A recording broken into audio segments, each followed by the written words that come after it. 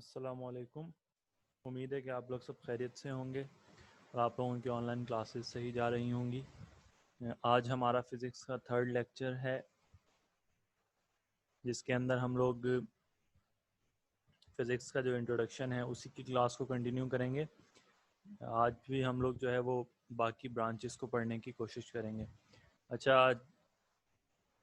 आप लोगों से रिक्वेस्ट है कि ये जो सब चीज़ें हम लोग पढ़ रहे हैं, ये एक ओवरव्यू है उन चीज़ों का जो आपने आगे डिटेल में पढ़नी है। ठीक है, तो अगर कोई चीज़ समझ में नहीं आ रही तो इतना ज़्यादा परेशान होने की ज़रूरत नहीं है। आप उसको किसी और सोर्स से सर्च कर सकते हैं। आप स्कूल आके यहाँ पे सवाल कर सकते हैं कि सर हमें ये चीज़ समझ में नहीं आ रही, और इसके अलावा आप किसी और से पूछ सकते हैं, इंटरनेट पे देख सकते हैं। अगर फिर भी समझ नहीं आ रही तो बहुत सारे तरीके हैं। तो आहिस्ता आहिस्ता जो है वो हम लोग इसको डिटेल में भी इन चीज़ों सब चीज़ों को पढ़ेंगे। ठीक है बेटा, तो अपनी इस प्रेजेंटेशन का आगाज़ करते हैं। बिस्मिल्लाहिर्रहमानिर्रहीम। तो हमेशा की तरह सबसे पहले हम लोग डिसाइड करेंगे अपने एलोज यानी लर्निंग ऑब्जेक्टिव्स। तो इसमें सबसे पहले हम लोग करेंगे रिव्यू। कल जो हमारी क्लास हुई है उस क्लास के अंदर हमने क्या पढ़ा है उसका थोड़ा सा रिव्यू कर लेंगे, ताकि उसको कनेक्ट करके आज की क्लास भी चला सकें, क्योंकि आज की क्लास भी कल की क्लास से कनेक्टेड है। तो जो बच्चे नहीं थे वो जो है वो किसी अपने दोस्त से पूछ लेंगे कल क्या हुआ था। अच्छा, इसके अंदर हम बाकी जो ब्रांचेज हैं फ़िज़िक्स की उनके बारे में पढ़ने की कोशिश करेंगे। एटॉमिक फ़िज़िक्स के बारे में पढ़ेंगे, प्लाज्मा फ़िज़िक्स के बारे में पढ़ेंगे, मॉलिक्यूलर फ़िज़िक्स के बारे में पढ़ेंगे, एस्ट्रोफिज़िक्स के बारे में पढ़ेंगे और न्यूक्लियर फ़िज़िक्स के बारे में पढ़ेंगे। तो ये 5 ब्रांचेज़ वो हैं जो हम आज इस प्रेजेंटेशन के अंदर पढ़ेंगे। इसके अलावा आज की प्रेजेंटेशन के अंदर अगर मैं कहूँगा सबसे इम्पॉर्टेंट चीज़ क्या है, तो जैसे हम पहले दिन से बात करते हुए आ रहे हैं कि फ़िज़िक्स जो है वो एक्चुअली स्टडी ऑफ नेचर है। फ़िज़िक्स जो है वो हमें अपने अपनी सराउंडिंग्स में, अपने इन्वायरमेंट के अंदर बहुत ज़्यादा नज़र आती है, और शायद यही वजह थी फ़िज़िक्स के एक एरिया के जो जो बर्थ हुई है उसकी यही वजह थी कि वो बहुत ज़्यादा हमारे सराउंडिंग के अंदर मौजूद है। तो उन सवालात की बिना के ऊपर फ़िज़िक्स की जो है वो पैदाइश हुई। और शुरू से हम लोगों ने जितनी भी एग्जांपल्स की बात की है, जितने भी सवाल उठाए हैं, वो सब जो है वो फ़िज़िक्स की एप्लीकेशंस हैं, फ़िज़िक्स के यूजेस हैं, यानी वो सब फ़िज़िक्स की ही चीज़ें हैं। लेकिन आज भी हम लोग एक अलग से टॉपिक है क्योंकि आप लोगों की बुक में, तो वो अलग से भी हम बिल्कुल तरीके के साथ जानने की कोशिश करेंगे फ़िज़िक्स कहाँ कहाँ डेली लाइफ के अंदर इस्तेमाल होती है। ठीक है, तो ये हमारे एलोज हैं आज के। अब हम लोग रिव्यू कर लेते हैं। तो सबसे पहली क्लास के अंदर हमने फिज़िक्स का इंट्रोडक्शन और कुछ सवालात को देखा था, उसके बाद उसकी डेफिनेशन पढ़ी थी, समझी थी। उसके बाद जो सेकंड क्लास आपकी हुई, यानी जो कल क्लास हुई थी, उसके अंदर हमने फिज़िक्स की 5 ब्रांचेस के बारे में पढ़ा था। ठीक है, और उनकी डेफिनेशंस देखी थी कि भाई ये क्या होती हैं, उनकी एग्जांपल्स भी देखी थी। और आज जो बाकी 5 ब्रांचेस बची हैं वो पढ़ेंगे हम लोग। तो स्टार्ट करते हैं। बिस्मिल्लाह।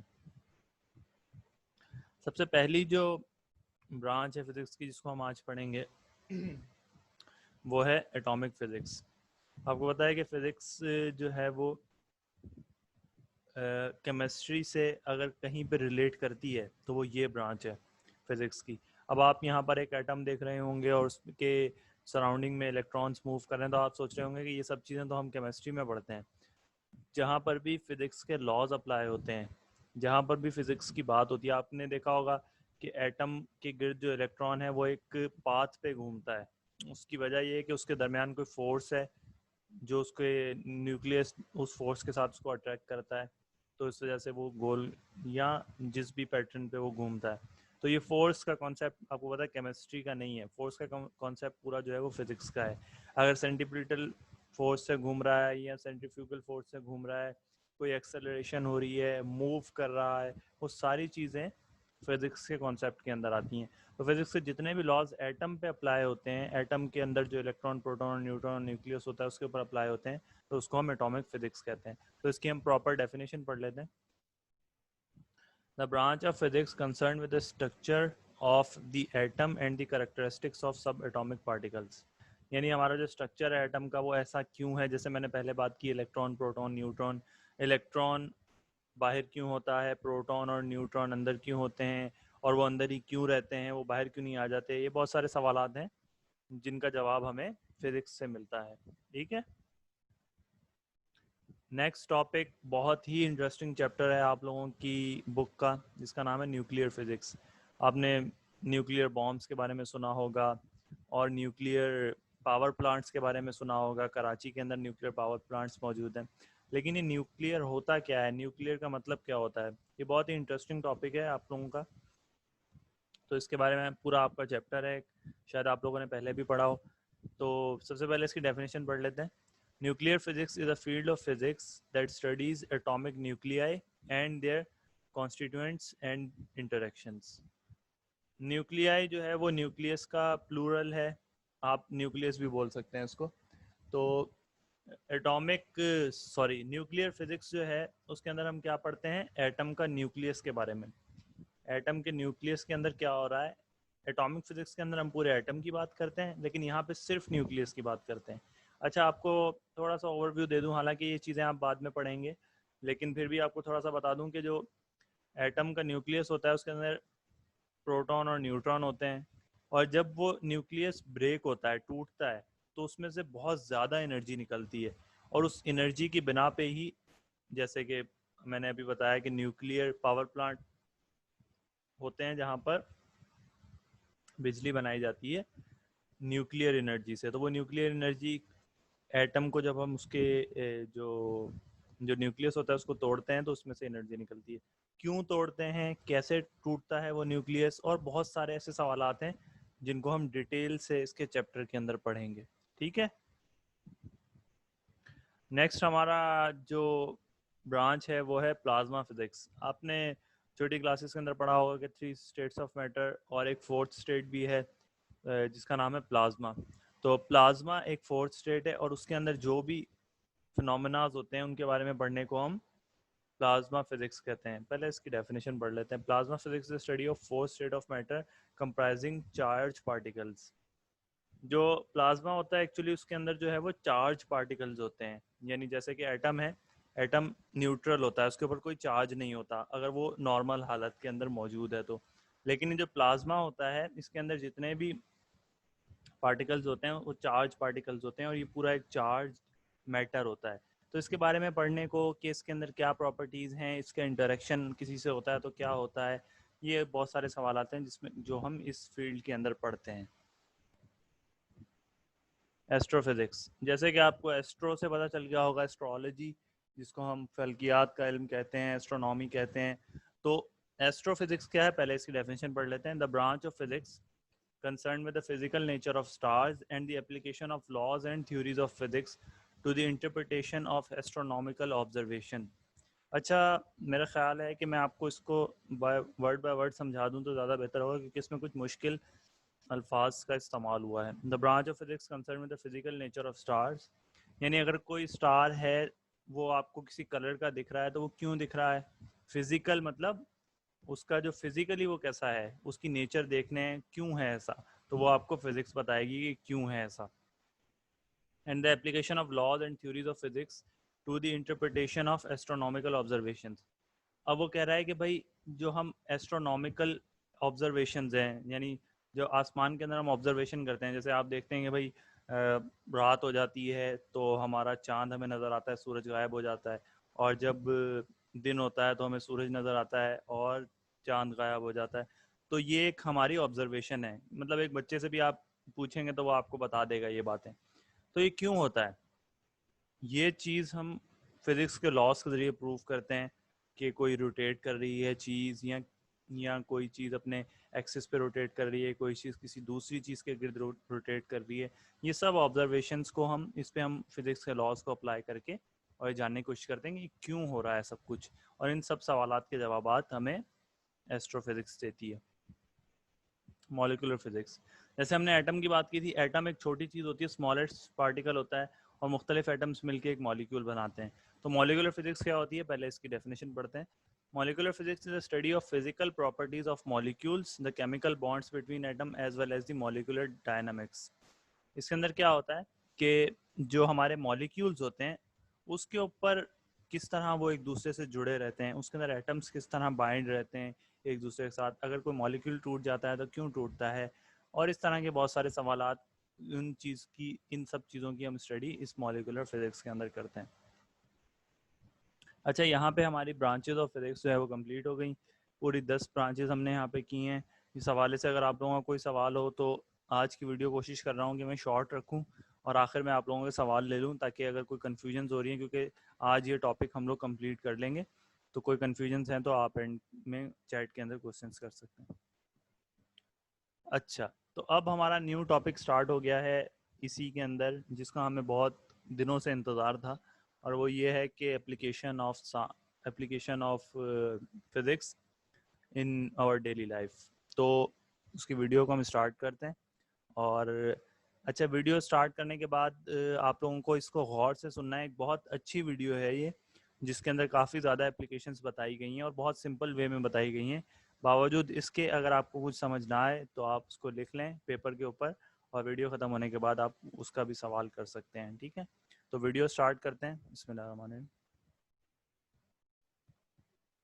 Properties of sound. Let's make a note of this event of sound and other events yet to come in the session before we define what physics is in the end.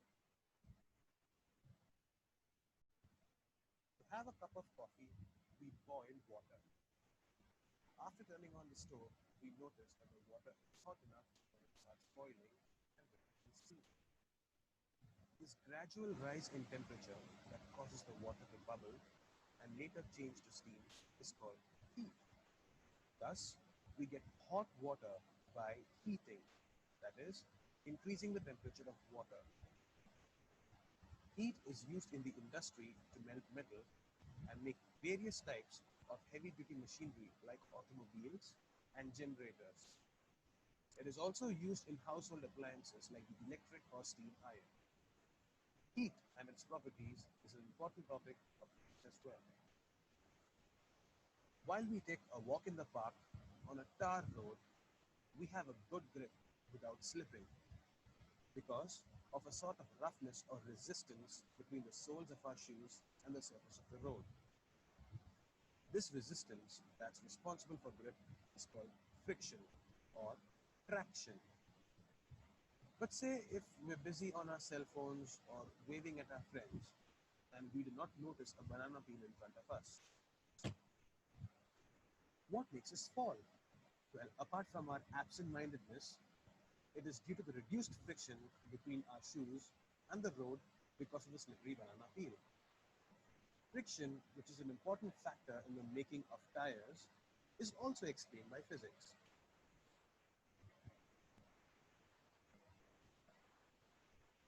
We have all observed apples falling from a tree or balloons floating away in air. How is this possible? The apples fall down while the balloons float up? This is nothing to be puzzled about. The answer is simple. Our Earth has a kind of a pull that draws every object to its surface. This pull is called gravity or gravitational force, which keeps every object grounded on the surface of the Earth and prevents them from floating away.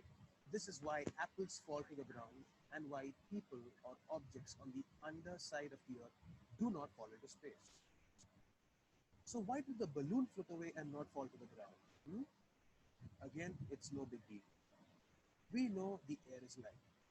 So imagine something which is lighter than air, like say helium gas, filled into the balloon. Because it is light, it rises to a level higher than air and thus works against gravity, which now cannot keep the balloon grounded. Gravity is studied to a great extent by astronauts to mimic conditions in outer space. In fact, gravity is the very event that was studied by Sir Isaac Newton, who is now considered one of the fathers of physics.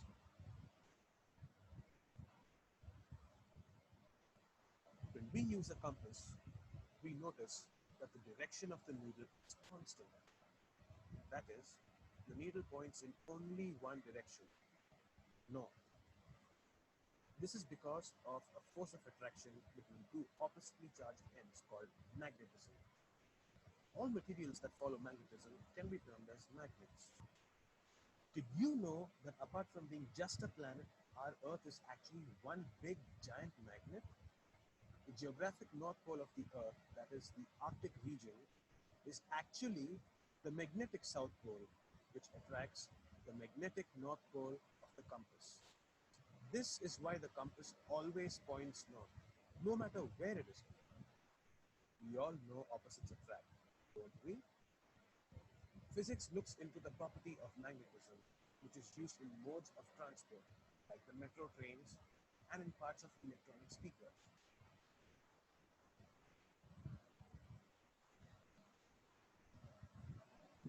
We would have all seen or done at least a few of these tricks.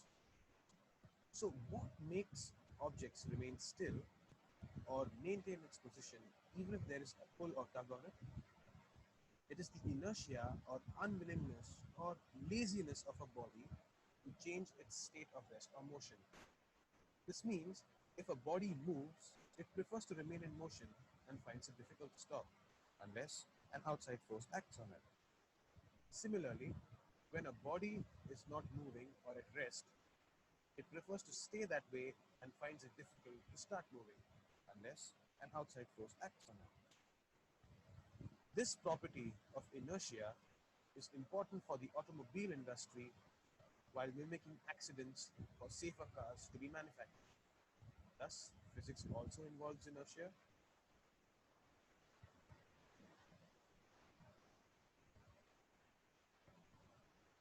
Speaking of tugs or pushes, what do we do when we open or close a door? We use force. When the door is heavy, we use more strength to move it, which simply means that we use more force.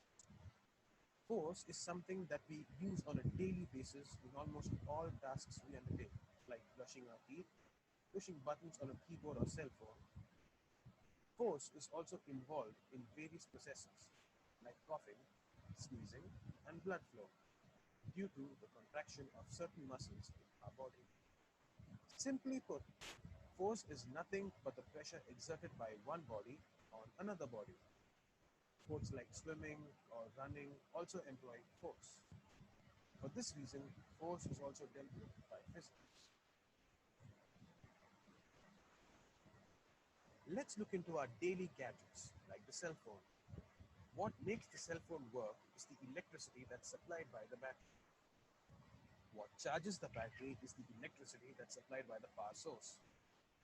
Electricity, as we all know, is an important part of our daily lives, be it for transportation, like buses, cars, or trains, or for powering our household appliances, like the television, the fridge, the microwave, or even to watch this video.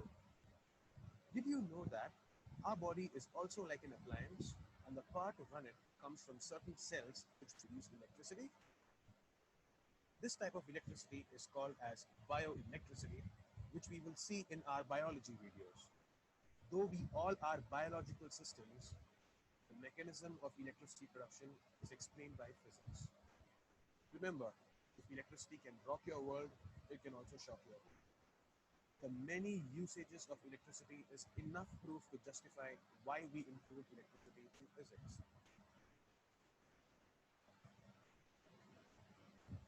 After a while of rain, we see a rainbow in the sky.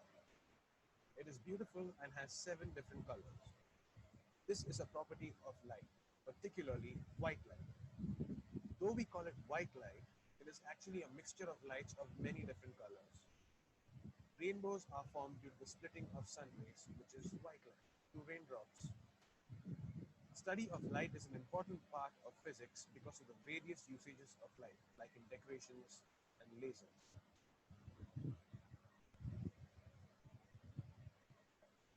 Did you know that we are all made up of many, many smaller particles which we cannot see individually with our naked eyes or even with a microscope? They are even smaller than the smallest cell, and in fact, these are the very building blocks of cells and everything in the universe. Do you know what these particles are? They're called atoms. Two or more atoms come together to form a molecule, and many molecules come together to form visible matter. Just imagine how many molecules and consequently how many more atoms we are made up of. Billions, trillions, zillions. Even things that we can't see, like minute dust particles, are made up of atoms. The theory of atoms and molecules is involved with the origin of the universe, life on Earth, and everything around us. Hence, physics just cannot do without it. From all of these, तो ये थी एक video जिसके अंदर जो है वो बताया गया था कि क्या क्या पॉसिबल एप्लीकेशंस हो सकती हैं। मैं एक दफ़ा वापस आसान ज़बान में आपको समझा देता हूँ। यहाँ पे आपको 10 एप्लीकेशंस नज़र आ रही हैं। सबसे पहले साउंड, इसका भी आपके पास पूरा चैप्टर है। साउंड के अंदर आप क्या करेंगे कि साउंड किस तरह जनरेट होता है, हम बोलते हैं तो असल में हो क्या रहा होता है, किस तरह हमारी आवाज़ एक जगह से दूसरी जगह जाती है, वाटर के अंदर साउंड की क्या स्पीड होती है, सॉलिड के अंदर क्या होती है, ये सब चीज़ें जो है वो हम फिज़िक्स के अंदर स्टडी करते हैं।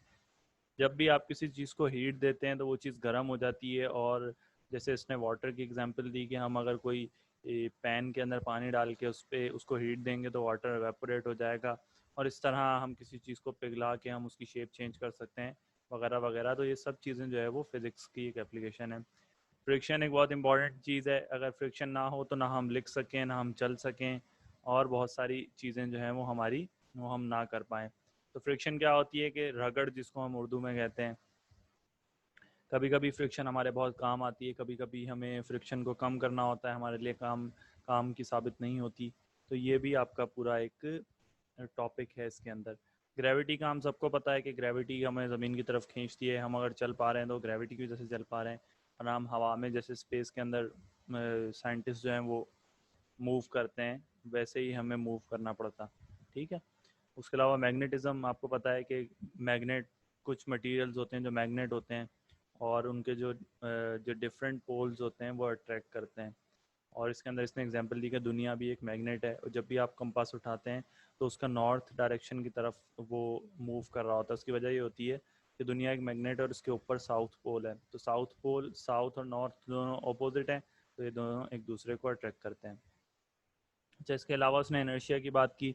इनर्शिया, अगर आप इनर्शिया उर्दू में कहें तो आप ऐसे कहेंगे इसको कि कोई भी बॉडी जो है वो अपनी जो हालत है उसको बरकरार रखना चाहती है। जैसे आप गाड़ी के अंदर जा रहे हैं, इसने एग्जांपल भी दी थी, गाड़ी के अंदर जा रहे हैं, गाड़ी आपकी खुदा ना खास्ता किसी चीज़ से टकरा के रुक जाती है, लेकिन आप जो है वो आप रुकते नहीं हो, आप गाड़ी में आगे की तरफ जाते हो। यानी आपकी गाड़ी चल रही थी और आप आगे जा रहे थे, गाड़ी तो एकदम रुक गई, लेकिन आप क्योंकि आगे जा रहे थे तो आपकी बॉडी चाहती है कि आप अब आगे ही जाएं, तो वो फोर्स आपकी आगे की तरफ लगती है, तो आप जो है वो आगे की तरफ मूव करते हैं। जैसे बस चल रही होती है और एकदम ब्रेक लगती है तो हम आगे जाते हैं।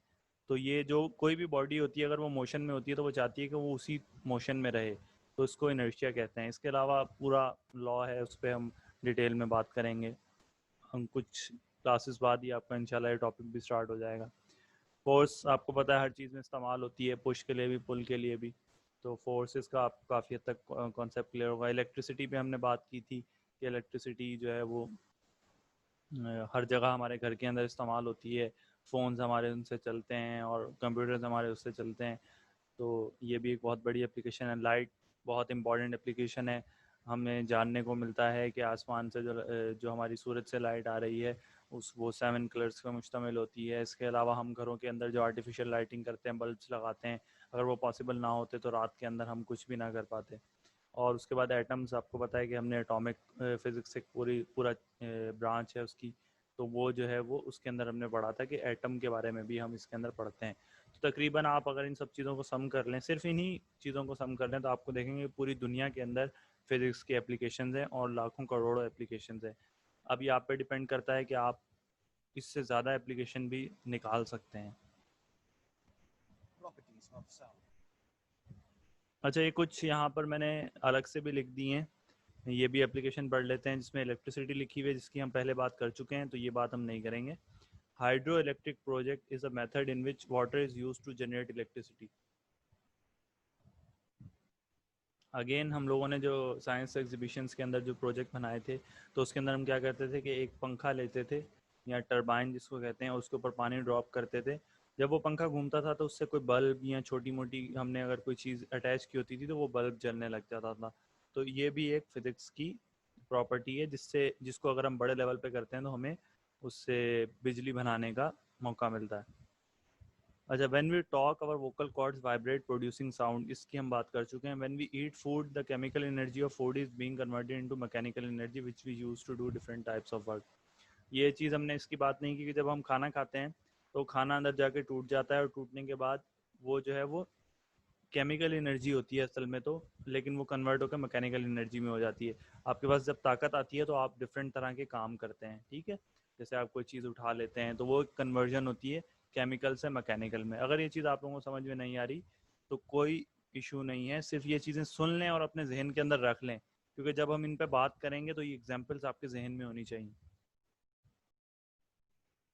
अच्छा, refrigerator works on the principle of thermodynamics. Thermodynamics एक ब्रांच है फिजिक्स की जिस पे हमने बात की थी पहले, जिसके अंदर हम हीट की बात करते हैं. तो जो हमारी जो फ्रिज है वो उसके पूरे प्रिंसिपल के ऊपर काम करती है कि हमारी कोई भी चीज़ ठंडी कैसे हो रही है, हालांकि हम उसको इलेक्ट्रिसिटी दे रहे हैं लेकिन वो चीज़ ठंडी हो रही है. तो वो क्यों हो रही है?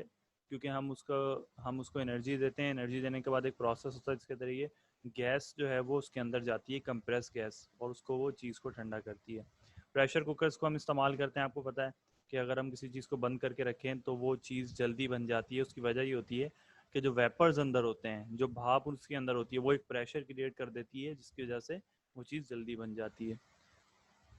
अच्छा, इसके अलावा वॉशिंग मशीन्स जो हैं वो गोल गोल जो घूमती हैं वो भी जो है वो अंदर फिजिक्स के प्रिंसिपल्स के ऊपर घूमती हैं.